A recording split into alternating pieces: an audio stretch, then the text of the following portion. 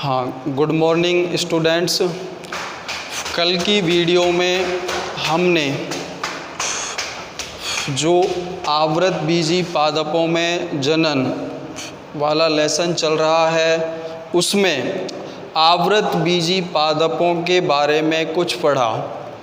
उसमें सबसे पहले जो टॉपिक लिया था हमने वो लिया था आवृतबीजी पादपों का जो जीवन चक्र होता है उसके बारे में जाना। तो जो आवृतबीजी पादपों का जीवन चक्र होता है उसमें स्पष्ट पीढ़ी एकांतरण पाया जाता है। ये आप लोगों को कल अच्छे से पढ़ा दिया था, समझ भी आ गया होगा, मैं तो आपसे यही उम्मीद रखता हूँ, ठीक है ना। कल भी आपसे मैंने बोला था जो बोर्ड पे लिखा जा रहा है, समझाया जा रहा है, इसको आपको नोटबुक में नोट करना है, नोट्स बनाने हैं। यदि इस तरह से लिखा हुआ है तो उसको यहाँ से स्टार्ट करना है और लास्ट तक लिखना है। यदि बोर्ड के दो पोर्शन बन रहे हैं, आधा इधर लिखा हुआ है, आधा इधर लिखा हुआ है, तो उसमें से पहले आप लोग इधर वाले को उतारोगे, बाद में इधर वाले को, फिर इधर वाला कंप्लीट हो जाए फिर आगे चालू करते हैं, ठीक है। तो आते हैं टॉपिक पर। तो कल हमने क्या पढ़ा था, आवृतबीजी पादपों का जीवन चक्र। आवृतबीजी पादपों का जो जीवन चक्र होता है उसके अंदर दो अवस्थाएं होती हैं, आपको बताई थी। फर्स्ट अवस्था तो होती है बीजाणुोद्भिद अवस्था, वो कैसी होती है, द्विगुणित अवस्था होती है, ठीक है। दूसरी अवस्था होती है युग्मकोद्भिद अवस्था। युग्मकोद्भिद अवस्था कैसी होती है, अगुणित अवस्था होती है, ठीक है। एक मुख्य जो बात है आपको याद रखनी है वो ये याद रखनी है, जो बीजाणुोद्भिद अवस्था होती है उसके अंदर तो पादप में पुष्प का निर्माण होगा, ठीक है ना। जो बीजाणुोद्भिद अवस्था होती है उसके अंदर पादप में पुष्प का निर्माण होगा, और जो युग्मकोद्भिद अवस्था होती है उसके अंदर पादप में पुष्प के अंदर युग्मकों का निर्माण होगा, ठीक है। जो बीजाणुोद्भिद अवस्था है उसमें तो किसका निर्माण होगा, पुष्प का निर्माण होगा, ठीक है। और जो युग्मकोद्भिद अवस्था है उसके अंदर पुष्प में युग्मकों का निर्माण होगा, नर युग्मक होगा या फिर मादा युग्मक होगा, ठीक है। जो पुष्प द्विलिंगी होंगे, द्विलिंगी पुष्प कौन से होते हैं, जिनमें दोनों युग्मक उपस्थित होते हैं, नर जननांग भी उपस्थित होता है और मादा जननांग भी। तो द्विलिंगी पुष्प में तो दोनों युग्मक एक ही पुष्प में बनते हैं, और जो एकलिंगी पुष्प होते हैं उसमें या तो नर जननांग होगा या फिर मादा जननांग होगा। अब नर जननांग होगा तो उसके अंदर नर युग्मक का निर्माण होगा, और यदि मादा जननांग होगा तो उसके अंदर मादा युग्मक का निर्माण होगा, ठीक है। तो आगे बढ़ते हैं। आज का जो अपना टॉपिक है जनन।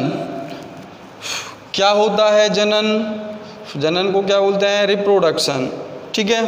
तो जो जनन क्रिया होती है वो जीवों में होने वाली ऐसी जैविक क्रिया, कैसी क्रिया, जैविक क्रिया, जिसके द्वारा जीव अपने समान संतान या फिर संतति उत्पन्न करते हैं तथा संसार में अपना अस्तित्व बनाए रखते हैं, जनन कहलाती है, ठीक है।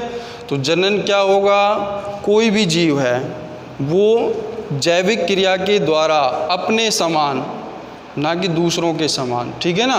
अगर मनुष्य है, मनुष्य जनन क्रिया कर रहा है तो मनुष्य जो संतान उत्पन्न होगी वो क्या होगी, मनुष्य ही होगी।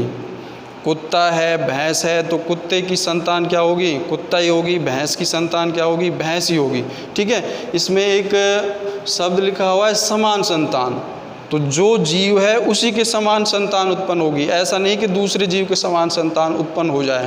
तो ये आपको याद रखना है विशेष रूप से, ठीक है।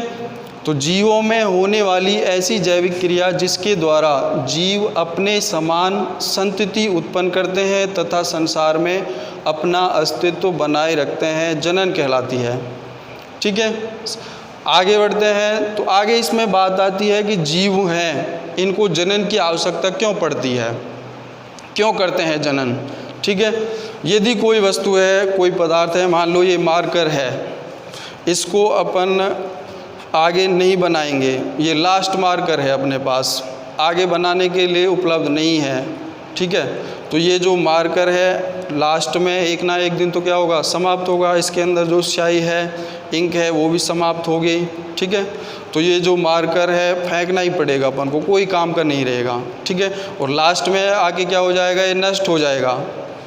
बात कर रहा हूँ मैं उसकी तब जब संसार में केवल कितना, एक ही मार्कर हो। ठीक है, और ये भी नष्ट हो गया तो मार्कर का क्या हो गया, फिर इसका अस्तित्व समाप्त हो गया।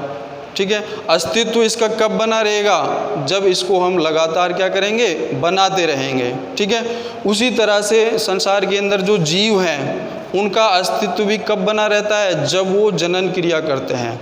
अगर जीव जनन क्रिया नहीं करेंगे तो वो उनका अस्तित्व बना नहीं रहेगा और वो क्या हो जाएंगे, अंत में एक ऐसी स्टेज आएगी वो विलुप्त हो जाएंगे। मनुष्य है, मनुष्य यदि जनन क्रिया नहीं करेगा तो अंत में क्या हो जाएगा, जो मनुष्य की जाति है वो विलुप्त हो जाएगी। उसी तरह से और जीव हैं वो भी जनन क्रिया नहीं करेंगे तो वो भी क्या हो जाएंगे, विलुप्त हो जाएंगे। ठीक है, आगे बढ़ते हैं। आवृत बीजी पादपों में जनन। आवृत बीजी जो पादप होते हैं उनमें जनन की कौन कौन सी विधियाँ होती हैं? मुख्य रूप से 2 विधियाँ होती हैं। ठीक है, पहली जो विधि होती है अलैंगिक जनन। कौन सी? अलैंगिक जनन। ठीक है, अलैंगिक जनन को क्या बोलते हैं? Asexual reproduction. अलैंगिक जनन को क्या बोलेंगे? Asexual reproduction. दूसरी विधि कौन सी होगी? लैंगिक जनन। इसको क्या बोलेंगे? Sexual reproduction. ठीक है, फर्स्ट विधि देखते हैं अपन, अलैंगिक जनन। क्या होगा अलैंगिक जनन? तो ऐसा जनन जिसमें संतति के निर्माण में केवल एक जनक, जनक की बात कर रहा हूँ मैं, युग्मक की बात नहीं कर रहा हूँ। ठीक है ना, ये आपको याद रखना है। जनक कौन से होते हैं? जिनके द्वारा संतान उत्पन्न की जाती है। ठीक है, कोई भी बच्चा है, मनुष्य है, तो उसके जो मम्मी पापा हैं वो उसके क्या हैं? जनक हैं। ठीक है, तो अलैंगिक जनन है, उसमें क्या होगा? केवल एक जनक भाग लेगा। ठीक है, तो ऐसा जनन जिसमें संतति के निर्माण में केवल एक जनक भाग लेता है तथा युग्मकों का संलयन व अर्धसूत्री विभाजन नहीं होता है, अलैंगिक जनन कहलाता है। ठीक है, अब इसमें 2 शब्द आए हैं। एक तो पहला तो क्या है? युग्मकों का संलयन। दूसरा शब्द क्या है? अर्धसूत्री विभाजन। अर्धसूत्री विभाजन को क्या बोलते हैं? मियोसिस। अर्धसूत्री विभाजन को मियोसिस बोलेंगे। ठीक है, तो पहला शब्द क्या है? युग्मकों का संलयन। पहली बात तो क्या है? जो अलैंगिक जनन है इसके अंदर पादप के कुछ कायिक भाग होते हैं, जैसे जड़ है, तना है, पत्ती है, कलिकाएं हैं, वो जनन की क्रिया में भाग लेती हैं। ठीक है, अगर वो भी जनन की क्रिया में भाग नहीं लेंगी तो कुछ पादप ऐसे होते हैं जिनमें, कुछ की ही बात कर रहा हूँ मैं, सभी की बात नहीं कर रहा हूँ, तो कुछ में क्या होता है? युग्मक बनते हैं लेकिन युग्मकों का क्या? संलयन नहीं होता है। ठीक है, युग्मकों का निर्माण तो होगा लेकिन युग्मकों का संलयन नहीं होगा। संलयन क्या होता है? मिलना, युग्मकों का मिलना। युग्मकों का मिलना उसको और क्या बोलते हैं? निषेचन बोल सकते हैं। ठीक है, जो नर युग्मक होता है शुक्राणु, मादा युग्मक होता है अंडाणु जंतुओं में, उन दोनों का मिलना क्या कहलाता है? निषेचन। या फिर युग्मकों का संलयन क्या कहलाएगा? निषेचन। ठीक है, तो युग्मकों का संलयन नहीं होता है अलैंगिक जनन में। ठीक है, दूसरा शब्द क्या है? इसके अंदर अर्धसूत्री विभाजन नहीं होता है। जो अपने शरीर की कोशिकाएं होती हैं, पादप हो चाहे जंतु हो, इन जो कोशिकाएं होती हैं, यदि शरीर का विकास करना है तो उसके लिए जो शरीर के अंदर कोशिकाएं हैं उनका विभाजित होना बहुत आवश्यक होता है। यदि शरीर की कोशिकाएं विभाजित नहीं होंगी तो शरीर का विकास नहीं होगा। ठीक है, शरीर का विकास केवल कब होगा? जब शरीर की कोशिकाएं विभाजित होंगी लगातार, तब जाके शरीर का क्या होगा? विकास होगा। ठीक है। तो जो अलैंगिक जनन है उसमें अर्धसूत्री विभाजन नहीं होता है।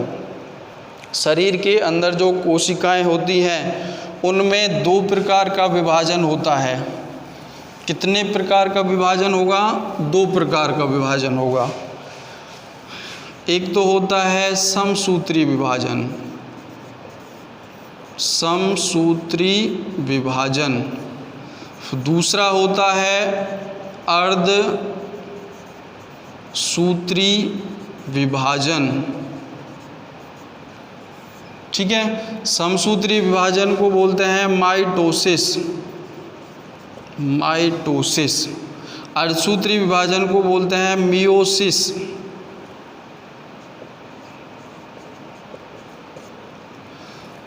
ठीक है। जो समसूत्री विभाजन होता है इसके अंदर तो एक मात्र कोशिका से 2 कोशिकाओं का निर्माण होगा, ठीक है। जो समसूत्री विभाजन होता है इसके अंदर एक मात्र, ये क्या है? मात्र कोशिका, ठीक है। इसमें क्या होगा? विभाजन होगा। कितनी कोशिकाएं बन गई? 2 कोशिकाएं। कौन से विभाजन में? समसूत्री विभाजन। समसूत्री विभाजन में एक कोशिका से कितनी कोशिकाएं बनती हैं? 2 कोशिकाएं बनती हैं। दूसरा कौन सा है? अर्धसूत्री विभाजन। अर्धसूत्री विभाजन में एक कोशिका से 4 कोशिकाओं का निर्माण होगा। फर्स्ट विभाजन हो गया, सेकंड विभाजन होगा, ठीक है। तो समसूत्री में तो कितने हो? 1 से 2 कोशिकाएं। और जो अर्धसूत्री विभाजन है उसमें 1 से कितनी कोशिकाएं बन गई? 4 कोशिकाएं बन गई, ठीक है। तो अलैंगिक जनन में न तो युग्मकों का संलयन होगा और न ही अर्धसूत्री विभाजन होगा, ठीक है। इसमें 2 बातें हैं। एक तो जो अलैंगिक जनन होता है उसमें जो संतति का निर्माण होगा उसमें कौन सा विभाजन पाया जाएगा? समसूत्री विभाजन, ठीक है। आगे क्या है? इसके अंदर जो संतान बनेगी उसका जो रंग होगा, उसके गुण होंगे, उसका रूप होगा और उसका आनुवांशिक संगठन होगा, जेनेटिकली संगठन, वो किसके समान होगा? जनक के समान, जिसके द्वारा उसकी क्या हुई है? उत्पत्ति हुई है, ठीक है। इसीलिए जो इसमें जो संतान उत्पन्न होती है उसको बोलते हैं क्लोन। क्या बोलते हैं? क्लोन, ठीक है। तो बाकी नेक्स्ट वीडियो में पढ़ेंगे। इसको ध्यान से पढ़ना, समझ नहीं आए तो उसको बताना नेक्स्ट। थैंक यू, धन्यवाद।